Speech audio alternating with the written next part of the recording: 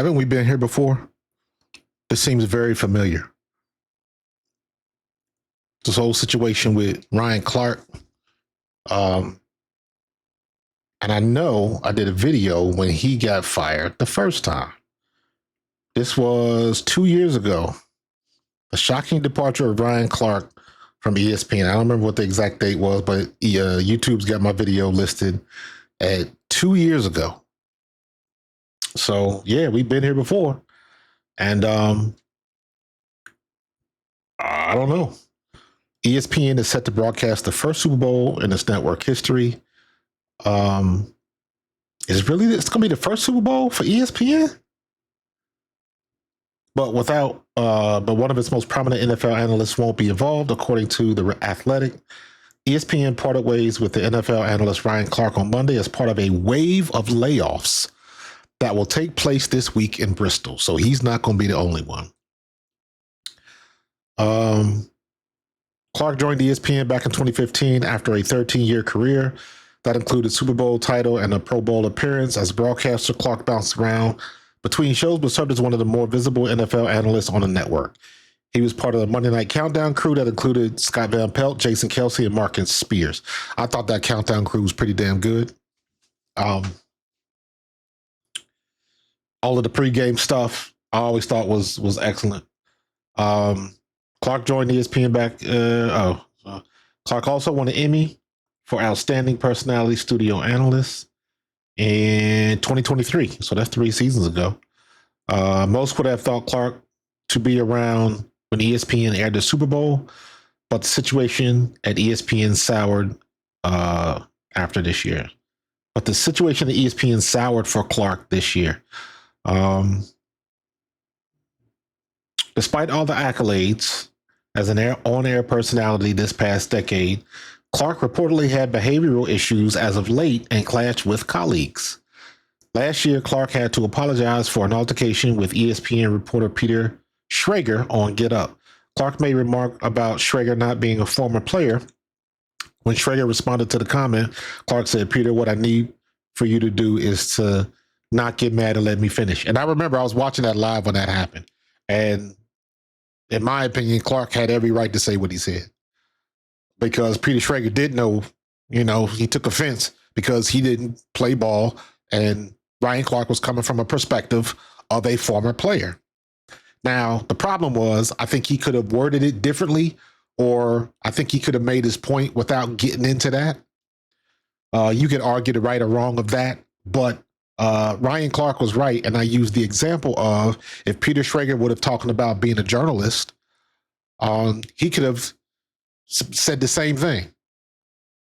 He could have said the same exact thing because he has experience that others don't based on what he's done. So I didn't think Ryan Clark was wrong. I think how he said it was wrong, but I think he was 100% right in what he was trying to say. And I think Peter Schrager just flew off the handle because he got the don't dismiss me, because you saw Peter Schrager looks like he got that look about him like you want to punch him in the jaw. But,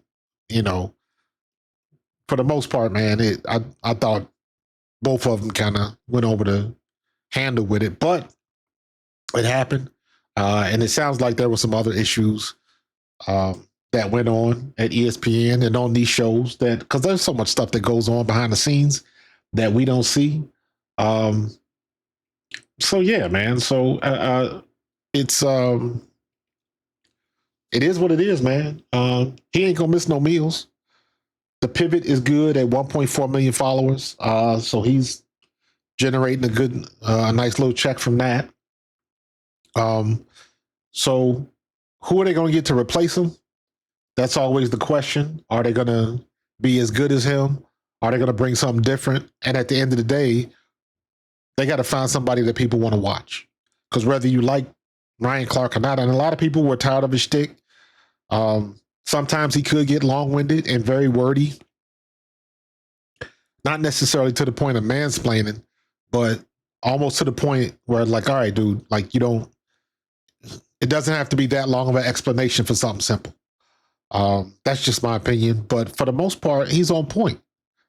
And I think when he gets into those situations where he does a lot of talking about certain issues. He's coming from experience, so you can't really blame him on that. That's what you got him up there for.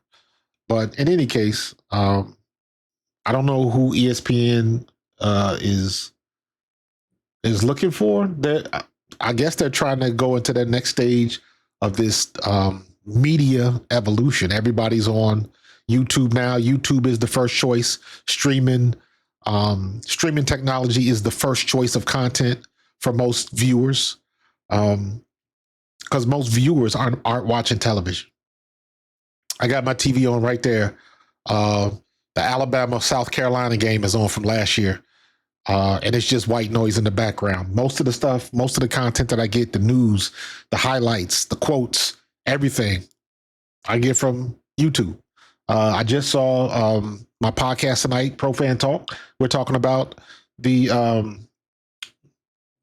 comments about Nick Sirianni and not changing the offense and how much control is Sean Mannion going to have and things like that. But my point being, all of that stuff I get from YouTube. I didn't see that on television. You get that off the radio. You watch the radio on YouTube. You watch the live stream and all of that type of stuff. So that's the new way to get content. So maybe ESPN is obviously late to the show because ESPN was the biggest game in town and they didn't think the online portal was going anywhere. Little did they know. They should have learned from Pat McAfee. They should have learned from Stephen A. Smith.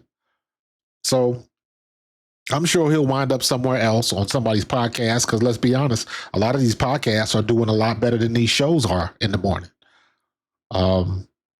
So we'll see what's going to happen. It'll be very interesting to see. It'll be very interesting to see who they get to replace them. And they better be good, period. So, I don't know how big of a hit it's going to take with the ratings and the viewership. They perfect timing because the NFL training camp hasn't started yet, so the season hasn't started yet, so nobody's really paying attention to it. I mean, they're going to see it all over the internet and social media and stuff like that and the news, but for the most part, ain't nobody really caring. Ain't nobody really caring right now. It's too soon. Too soon. We still coming off the high of the World Cup. We still talking about Zlatan and the World Cup. So, it is what it is. But he'll land on his feet. Somebody will scoop him up. They'd be crazy not to. Pay him his money, and he gonna bring in viewers. It's that simple. Or maybe he'll devote more time to the pivot, or he'll do something. He ain't going nowhere. His analysis is great. So he ain't going nowhere. So we'll see what's going to happen. We'll see what's going to happen because let me be honest with you. The pressure's on ESPN, not on him. He might enjoy sitting back and just watching stuff.